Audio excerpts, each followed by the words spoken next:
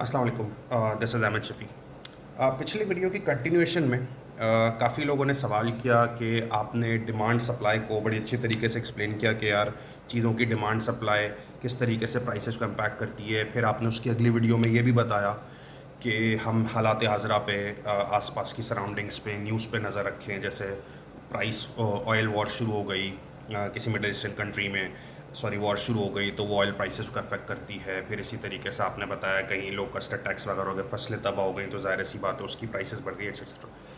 अच्छा, इसी information communication में ना, इंफॉर्मेशन रखने में आपको और भी बहुत सारी चीज़ों का ख्याल रखना है। जैसे मिसाल के तौर पे गवर्नमेंट ने इंटरेस्ट रेट्स बढ़ा दी। आपको किसी की न्यूज़ का वेट नहीं करना, फ़ौरन आपको बैंकिंग स्टॉक्स बाय कर लेने चाहिए। क्यों?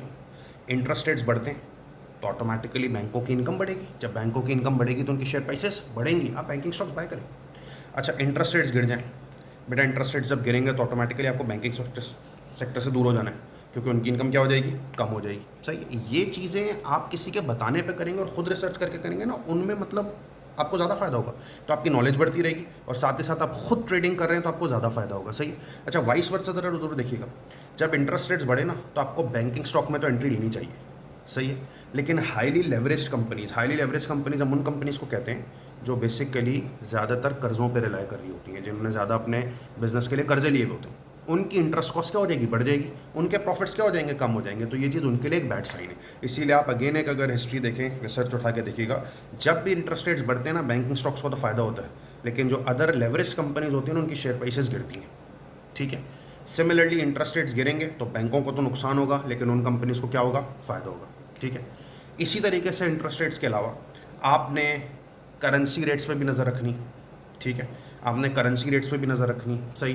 जैसे मिसाल के तौर पे लोग कहते हैं कि यार हमारी करेंसी बड़ी डेप्रीशिएट हो गई। अब हमारी करेंसी डेप्रीशिएट होगी मींस डॉलर जो है वो बढ़ जाएगा, तो ऑटोमेटिकली ये चीज़ भी हमारे लिए एक नुकसानदेह चीज़ है।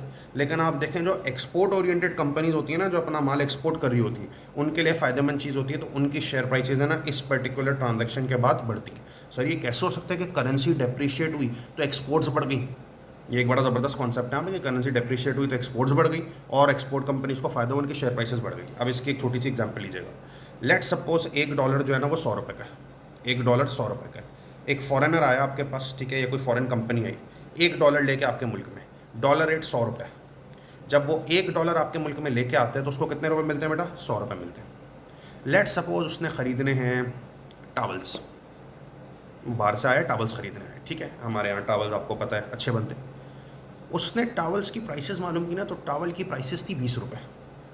बताओ वो $1 लेके आएगा, उसको $1 लेके आएगा तो आपके मुल्क में 100 रुपये मिलेंगे। 100 रुपये में जब वो टावल्स लेने जाएगा, 20 रुपये का एक टावल है, 5 टावल्स मिलेंगे। करेंसी डेप्रीशिएट हो गई, $1 हो गया 160 रुपये का। तो बेटा फॉरेन कंपनीज़ का सोचो, वो अब भी मुल्क में एक ही डॉलर लेके आ रहे हैं, लेकिन जब $1 लेके आ रहे हैं तो अब उनको 100 रुपये नहीं मिल रहे, 160 रुपये मिल रहे हैं। $1 लेके आ रहे हैं तो अब उनको 100 रुपये, तो $1 ही लेके आ रहे हैं, उनको 160 रुपये मिल रहे हैं। अब वो टावल्स खरीदने जा रहे हैं, 20 रुपये का एक टावल है, 20 रुपये का, तो उनको 5 टावल्स नहीं, उनको 8 टावल्स मिल रहे हैं। तो firstly he was bringing $1, he was getting 5 towels. अब अगर $1 उसके हाथ में और अब उसको मिल रहे हैं मिसाल के तौर पे 8 टावल्स, क्या वो आपके पास ज़्यादा, मतलब आप उसके लिए अट्रैक्टिव हो गए ना, वो ज़्यादा इन्वेस्टमेंट लेके आएगा, अपने आसपास के लोगों को रेकमेंड करेगा, तो लोग आपको ऑर्डर्स देंगे और ये चीज़ आपकी एक्सपोर्ट्स को बढ़ाएगी। तो करेंसी जब भी डेप्रीशिएट हो, एक्सपोर्ट कंपनीज़ के आपने शेयर्स लेने, उनको हमेशा इस चीज़ से फ़ायदा होता है। ठीक है। हो सकता है आपके पास मज़ीद भी कोई इसमें फैक्टर्स इन्फ्लुएंस करें, लेकिन ये मैं अगेन शॉर्ट वीडियोस में बुनियादी फैक्टर्स आपको बता रहा हूँ। Keep watching these videos, hope आपको ये लर्निंग एक सीखने का मौका मिल रहा होगा इन तमाम चीज़ों से। Do subscribe the channel, keep watching the videos. Thank you very much.